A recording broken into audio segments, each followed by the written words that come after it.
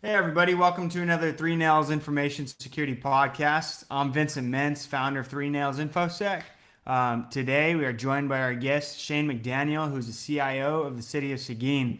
Um, Shane and his team is world recognized, I would say. It sounded like, sort of doing some research and hearing from Shane himself. Shane, tell us a little bit about yourself, your background, and what you guys are doing over there at the City of Seguin. Absolutely. And first off, thank you for having me, Vincent. Very much appreciated. I love talking shop. Absolutely. I love talking cybersecurity, and very much honored to be here with you today. So appreciate it, man. Appreciate the opportunity to Absolutely. spread the good word, some of the cool stuff that's happening in my community and in my sector of local government. Lot of cool stuff happening out there.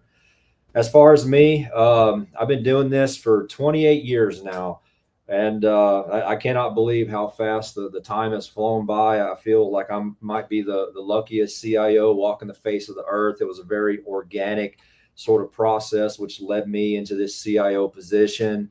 I was boots on the ground. I was someone that kind of worked my way up. I started over a couple times in my career in different sectors and whatnot, and all roads led me here to the city of Seguin, working in Texas local government. I don't know if your listeners can hear it in my voice, but I am a native born Texan, born and raised. I'm from a small town nobody's ever heard of, pretty much. Graduated high school with like 20 people, that sort of thing. And the fact that I get to do what I do with innovative technology, helping my community move forward, my goodness, I live with so much gratitude. It's not even funny. But my career started in the Air Force. I enlisted. They gave me my start. They're the ones that got me going with technology, and they gave me that skill set. And I had an opportunity to get out there after I finished that commitment. And I had companies throwing money at me. This was towards the end of the .com boom for the listeners that are old enough to remember that.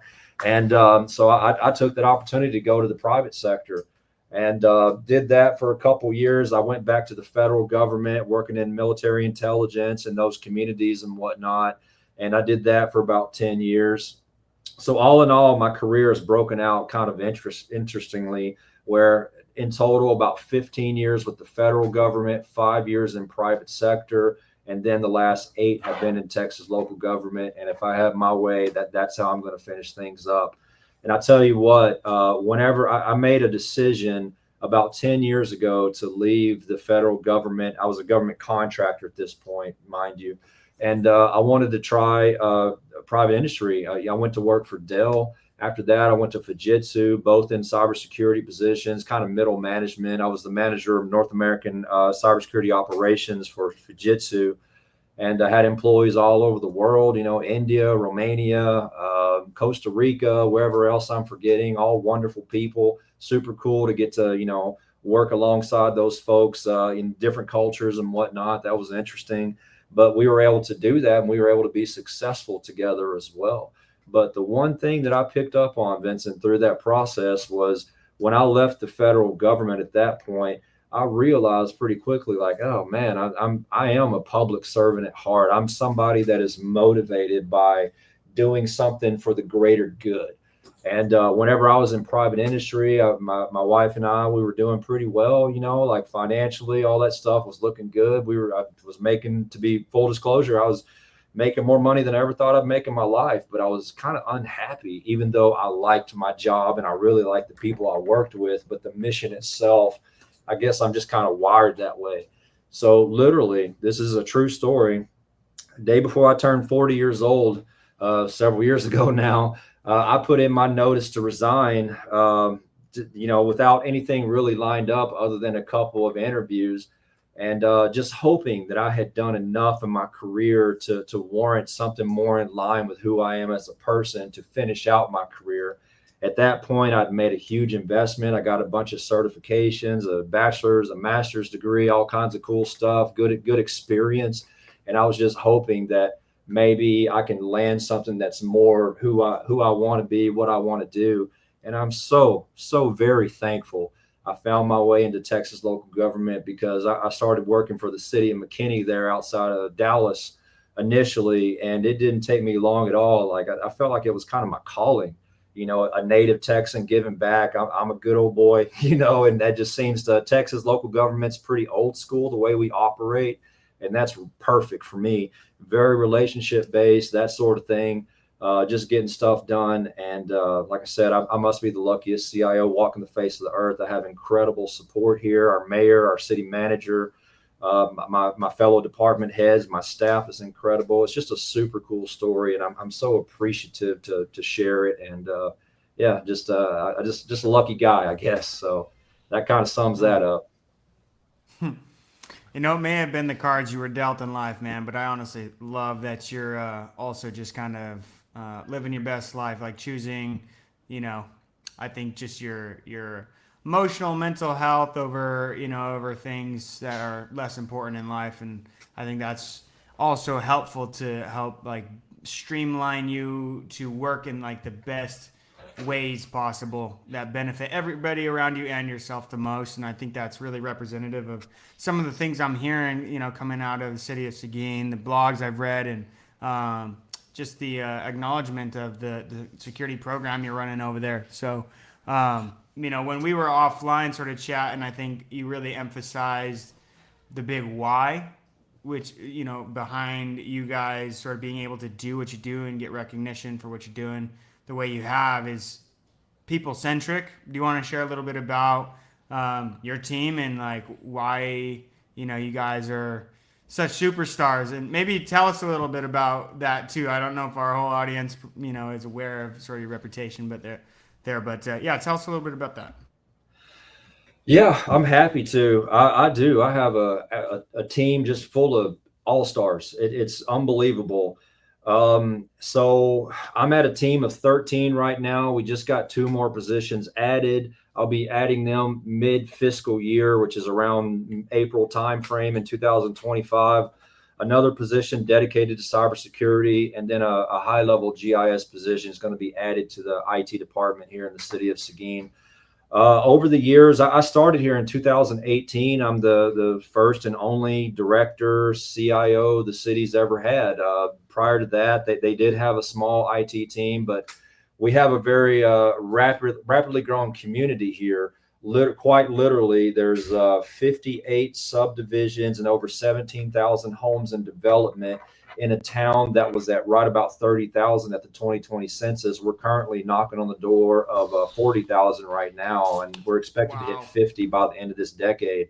Who knows how it's going to turn out? But we're innovating quickly, we're maturing quickly as an organization, and a lot of that's being done through technology. And you know, my team has had to step up. I've hired or promoted every single person on this team since 2018. In that time frame, I believe I'm starting to lose count, which is, I guess, is a good problem to have. I believe I'm at 14 employees of the month have been awarded to the IT department here, and it's 21 state, national, and international awards for innovation here in my community for the various projects that we've done. So like we're racking them up, man, and it's all because of them. I have an amazing team. I freaking love them, and the team kind of reflects the way I want to operate quite well. I hope this is heard in the correct way. A bunch of good old boys and gals, just like head down, getting stuff done. I got a lot of big personalities on my team, and that was somewhat intentional. I like fun people. I like morale. Very much a military guy. Morale matters to me and whatnot. We have literally passed over these positions that we've added, people that we brought into the team after I got here. We pat At the end of the day, your experience, your credentials get your foot in the door for like an interview, but we passed over people with more experience to give people an opportunity because we felt their personality was more in line with how we want to operate here. And that's worked out extremely well for us. So we're a very unusual IT department because those big personalities that we have. I'd have very loud people, some of them. So like we have 40 facilities that our network extends to here in the city of Seguin, and 30 miles away in a neighboring city that we have some business that we manage down there too. And one of my folks could roll through there, and sometimes you hear them before you see them because they're loud for one reason or another. And I love it, right? Like I love the big personalities and the jokes and whatnot. And so it's a very Texas way of doing business. That's why I use the term good old boys and gals and whatnot. And it just works. It works because they're talented. It works because they're dedicated. there are some people they'll never come out and say I love the city and I love giving back to the community, but that's okay. They don't have to like readily admit it because I see it in their actions. More than half of my team graduated from the local ISDs here. So quite several of them, this is just home, born and raised, right? So I just think that it's just this big melting pot. And here I am like stirring up the magic and whatnot, the potion. And my goodness, did we stumble across something pretty special here. And I think it's amazing. And I feel privileged just to be a part of it, man. I'm like I bask in their excellence, basically. So it's pretty awesome. I couldn't ask for a better team. I think you're demonstrating attributes of a really good leader too there, Shane. Really well, hey, let me get my boss on importance the of phone. team. You can tell him. Nah, I'm kidding. Call him up, man. We're good, man. We're good. I got an awesome boss too. That dude likes to party, man. So he and I, we're good. He got a wild streak. This is, LinkedIn's going to see this one, Shane. So well, he's not a big LinkedIn guy, but he's huge on Facebook. He's like a celebrity, man. It sounds like I'm joking. Yeah. I'm really not. Like if you go out to a restaurant with that dude, like people stand up and shake his hand. It's unbelievable, So like he's a super cool guy. He's a great boss.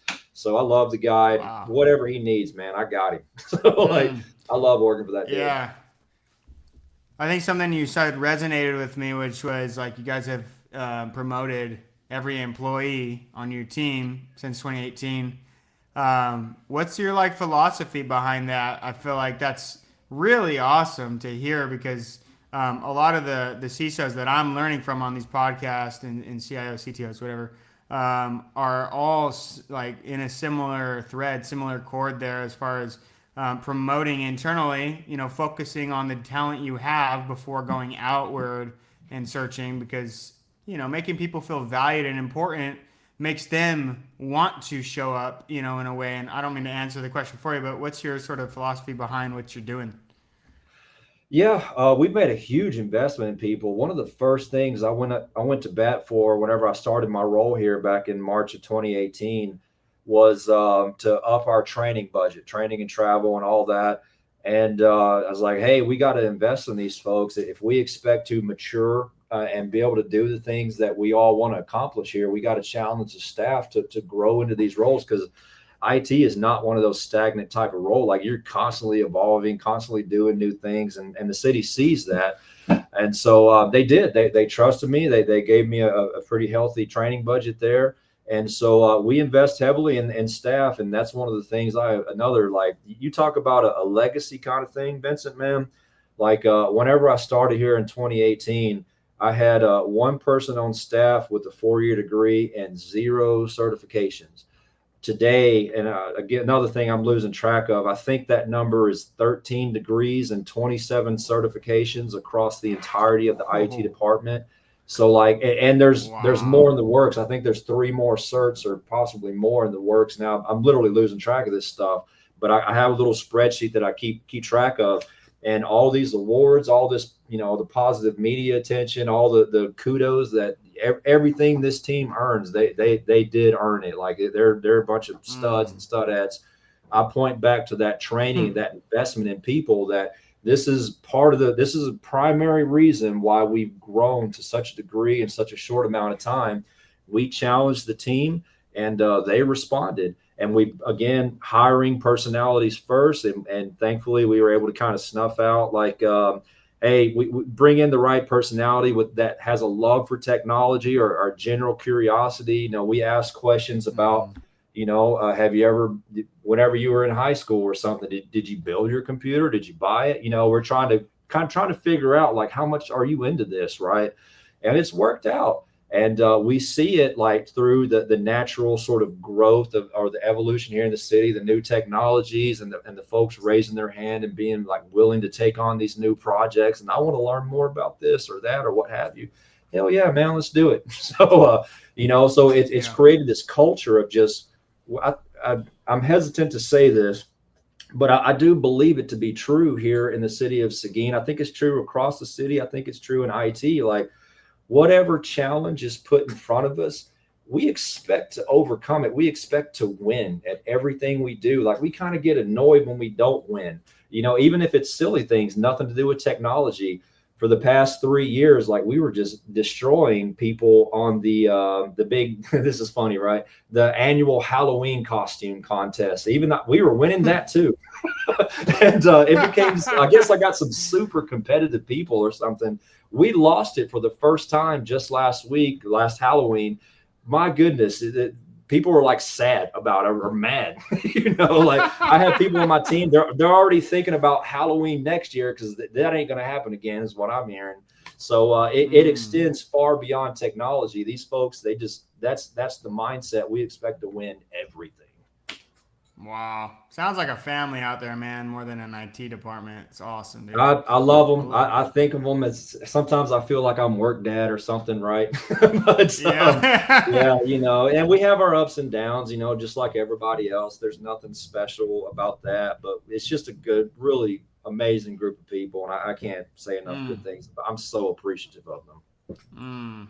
Oh, you're leading with your heart, man. It shows. So, out of curiosity, what we do work with a lot of local governments and whatnot, and I feel like a challenge that a lot of them face is budgeting constraints. Especially surrounding cybersecurity. And I know you mentioned City of Seguin's like expanding rapidly, which probably helps with your cybersecurity budget, but on a lower budget, typically, how are you sort of creatively advancing your cybersecurity initiatives within the city of Seguin? We're pretty fortunate in that area too.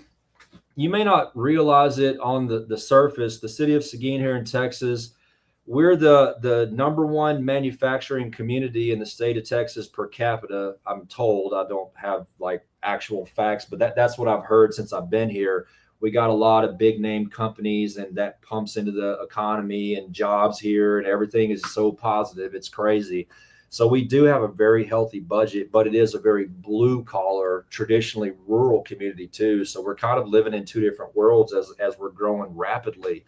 It's pretty cool. So like, the sort of blue collar, you kind of see that as you're driving through town, and it's a very sort of historical, old school Texas kind of community, which I love. But we do have the healthy budget because of the heavy industry that we have here. So we have beautiful facilities, our library, our utilities operations, all that. They got just amazing places. It's cool, man. So we do have access to funding that maybe maybe not everybody has. So we're lucky in that sense. But however, in a rapidly growing community, there's a lot of needs too. Police, fire, 911. We're a full service city. So we have electric distribution, water, wastewater. We have a secondary water distribution system that we sell to neighboring cities because the city of Seguin invested heavily in water rights 20 plus years ago, which was about the smartest thing ever, I guess. And this whole region, Austin, San Antonio, is growing like crazy. We have more water than we need, apparently. So we're very fortunate in that sense. So the funding itself, I still have to go to bat and justify these things. But I mentioned a few minutes ago, I have incredible support from my city manager, who's like the CEO of the city, our mayor, our council, the fellow department heads. Whenever I walked in the door, cybersecurity, little things like cyber training and things like that, they just didn't do it right. It hadn't matured to that point. But it wasn't that difficult to get buy-in to try to get ahead of the curve. Fast forward a few years, and there's been a lot of entities around us that have been hit with ransomware and various cyber events. And you best dang believe I make sure everybody knows whenever somebody's like, hey, did you hear what happened to so-and-so? Here's what happened. Here's why, we got to do this, that, or the other thing. And I know it works too. I pull just a ridiculous amount of data. We've completely revamped our infrastructure over the time that I've been here. We're now in the second cycle of that, where we're going through it again. So our systems architecture, our perimeter security, all of that's been replaced multiple times, or the second time now, I should say. And so like we have a new infrastructure, but we're staying ahead of the game too, through that support and the opportunities that we have. But I kind of think what you might be leaning towards there, Vincent. The cool thing that sort of happened organically was we took a very proactive sort of media friendly approach. I mean, doing this podcast today, right? I've been interviewed many times for magazines and podcasts and all the awards, and like Seguin, Texas, where's this place at, right? We should talk to them. Case studies, things like that. And I am just crazy enough as a person. I say yes to all kinds of stuff, right? So like Vincent reaches out of the blue on LinkedIn. Hey man, you want to talk about cybersecurity? Hell yeah, I want to talk about cybersecurity, right? So Yeah. that approach has led to some additional opportunities that I don't think we would have had we not been so media friendly. And I'll give you an example. About a year ago, State Tech Magazine, they reached out and they're like, hey, you want to do an article? A typical response, yeah, let's do it, man. What do y'all want to talk about? Cybersecurity. All right, cool. And come to find out, it was way more serious of a thing than I envisioned. And they wound up sending like a professional photographer to Seguin. This guy, he had literally photographed like famous actors and models, and they sent me his profile. Like, what am I going to do? Say yes or no? Like, oh, he's not good enough. He sent another one. Like, no. So like they sent a professional photographer, and somehow I wound up out on the cover of that magazine about a year ago about cybersecurity. And in that article, I mentioned a company that just happened to see it a few months later. They were out of the Boston area, a pretty sizable name in the cybersecurity space. And one of their C-level folks reached out to me and was like, hey, I saw the article on StateTech. Thanks for mentioning us. And I was like, hey, man, I'm a big fan. We've been using y'all's product for a few years. And I very much believe it kind of helped us stay ahead of the curve.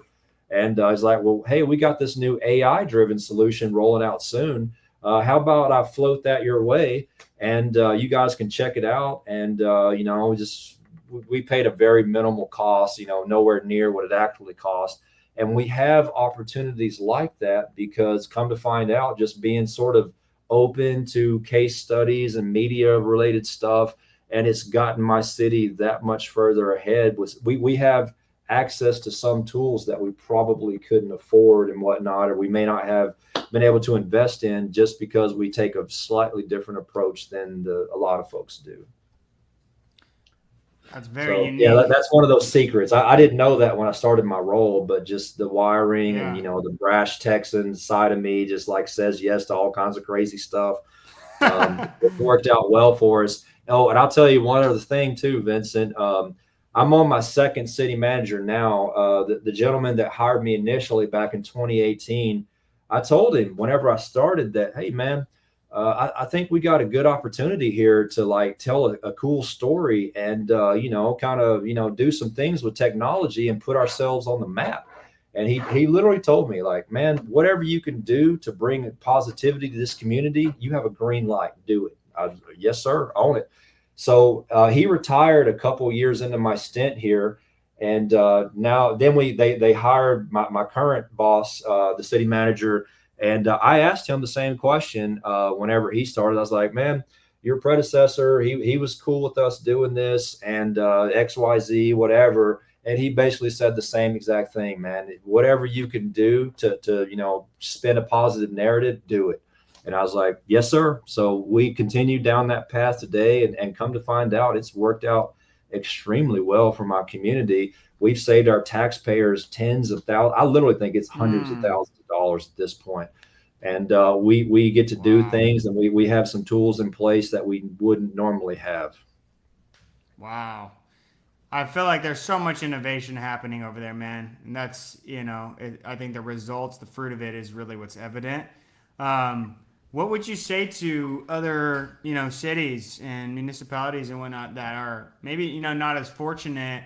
Where would you what would you say to them to help them, thrive more in their cybersecurity programs and, in their teams and whatnot? Oh my goodness. In the government space, there are so many opportunities, man, to take advantage of. First off, you have to educate yourself and see what's out there. There's a number of conduits to do that, but then you kind of have to like seize those opportunities when they become available. Great example is DHS CISA. They do all kinds of wonderful programs, and they have like a list of services that they offer. It doesn't cost a dime. What it does cost is time. So, quite literally, with the city of Seguin being a utility city, that kind of put us to the front of the list for some of those services because it's a critical service to this community. And it still took a year to a year and a half to get folks in here to do take advantage of some of those programs that they offer. So you got to start somewhere, right? The ISACs, the sharing of knowledge and resources, and hey, you need to patch this type of. If you got this firewall, you need to patch it now. You got to stay on top of that stuff. You got to make sure you're receiving those alerts and you're taking action when necessary.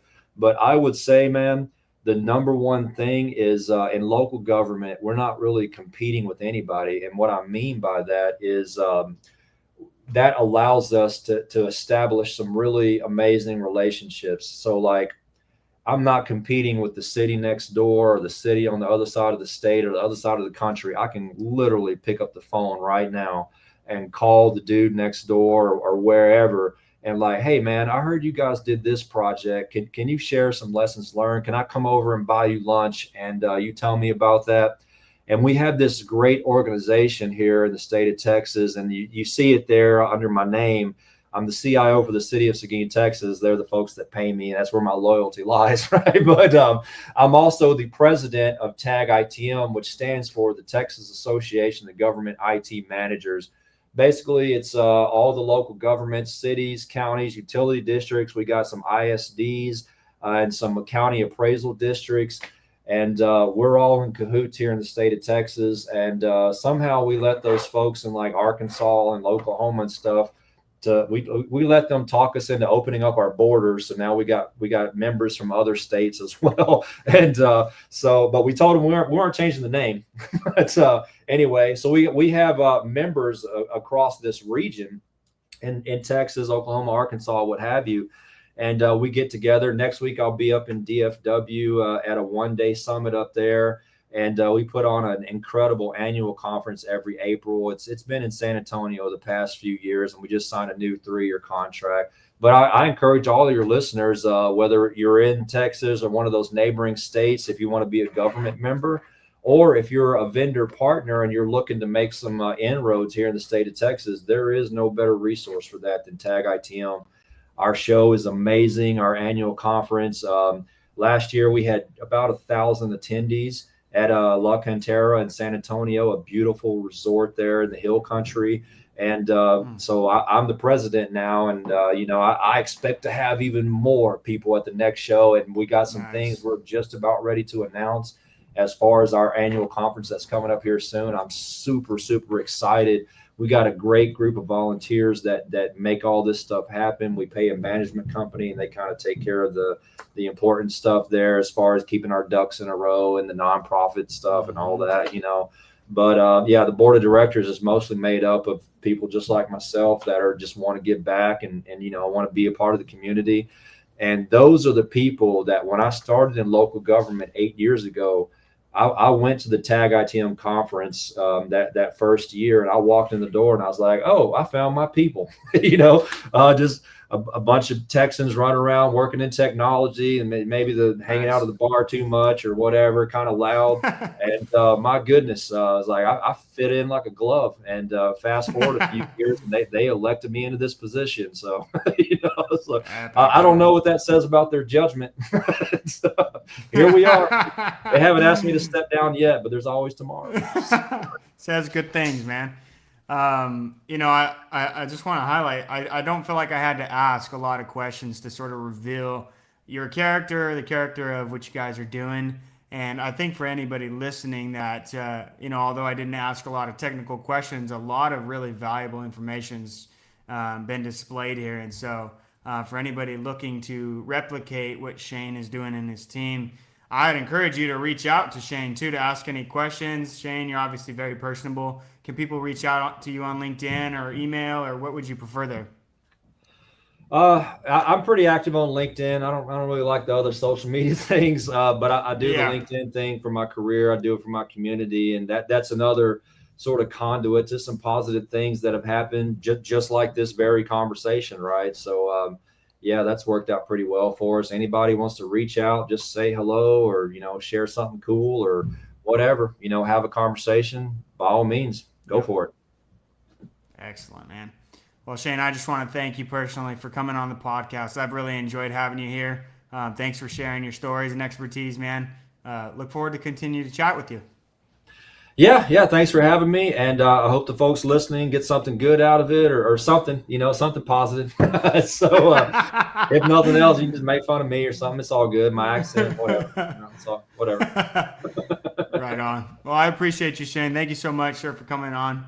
And all my listeners appreciate you guys. And hopefully you learned something. And please reach out to Shane, show him your support. And once again, thanks for coming on. We'll talk all right. to you guys. Thanks for having me.